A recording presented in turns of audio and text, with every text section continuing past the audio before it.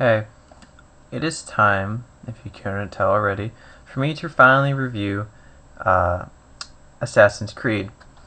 Uh, Several months ago, I remember saying that I was interested after seeing the trailers for Assassin's Creed 2 from E3 to actually go out and pick up this game and give it a shot.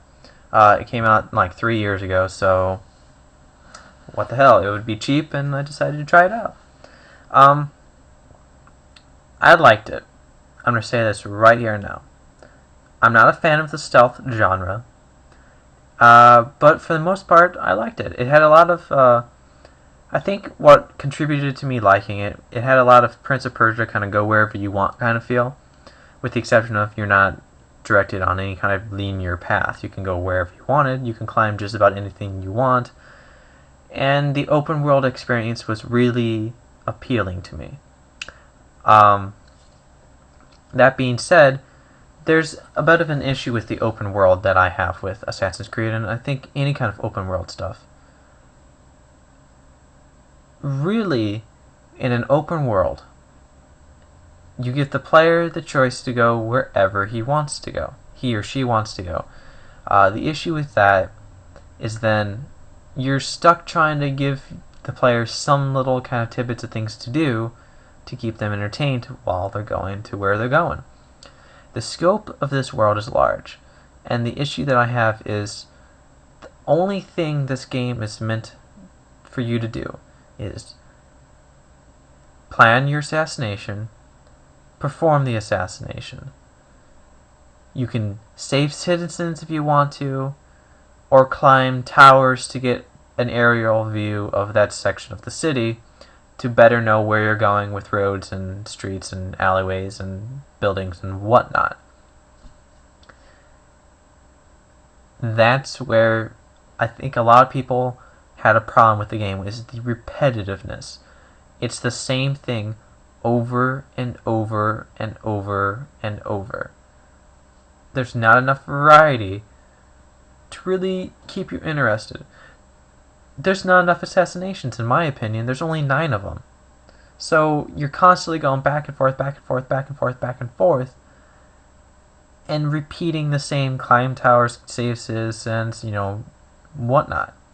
They try to introduce, capturing, not capturing, but finding little flags hidden around the area, or killing the Knights Templars, or stupid stuff like that. Killing guards, killing sentries, pickpocketing, eavesdropping. I know there's another one. Interrogating. There's a lot of different elements that they threw in there, but not enough to dull down the repetitiveness of those elements. You could probably see from the little intro thing that I showed you, you don't even get a freaking crossbow. You don't. I don't know why.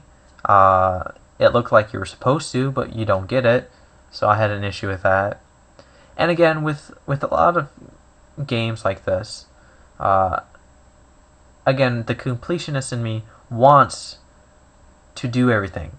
I don't want to get bogged down with repetitive tasks. But I found that by, tackling it with like an objective view, like, okay, I gotta do this, then I gotta do that, then I can do the assassination.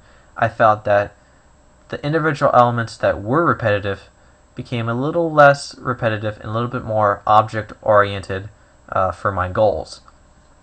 So I guess that helped me. I can't vouch for anyone else. But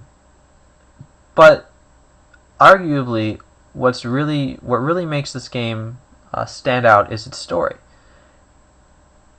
From the look and feel of the premise, you're an assassin in the Middle Ages, or in the time of the Crusades. Nowhere in your mind are you thinking sci-fi, and that is exactly what you get thrown into. The secrets of the story were never even leaked or even mentioned until you play the game. It's this huge sci-fi element, and I like it. The story dragged me into the game. The story, in my opinion, is good enough and captivating enough to want to finish the story to easily get myself through any repetitiveness that I might have to. I did enjoy the battle system, the whole fighting thing. I enjoyed the counter attacks, the counter kind of balancing of that.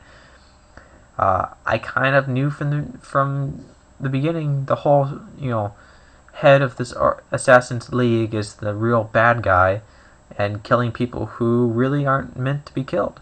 You really get that feel of I'm looking for the right word. I think anguish that Altair feels as he's killing these people and talking to them and finding out what their crimes were. They don't match up to what Mual Alim, or whatever his name is, led them to believe. So really you get the struggle of, you're playing a character who's, I think if I remember correctly, and it's been a while, Desmond Miles, I think that's his name, Desmond. He's basically a long line descendant of these assassins, captured by these long line descendants of the Crusaders, capture him, force him into this machine that allows him to go back and control Altair and relive his experiences, and you can really feel the anguish and the anxiety and the sorrow that he feels while he's performing these so-called duties that are like decreed from wherever. These, like, somehow justice is being served, and that's what's supposed to be happening. These people are supposed to be assassinated by him for the good of the world. And in fact, that's not the feeling you get when you kill these figures, these political kings, knights, what have you. The story is enthralling. It's captivating. I loved it. It drew me in, and that's one of the main things I enjoyed about this game. For all its repetitiveness, I think you can look past it if you're a story kind of driven kind of player, and I can't wait to see what kind of improvements they make in its sequel. If I had to give this game a score, is it worth the $60 price tag it had 3 years ago? No. Is it worth the 30 some odd bucks you can pay for it now? Yes. It is a 9 out of 10. I very much enjoyed it, and for all it's worth, I'm looking at picking up the new one when it comes out. I think this game was good. It's worth the $30 price tag.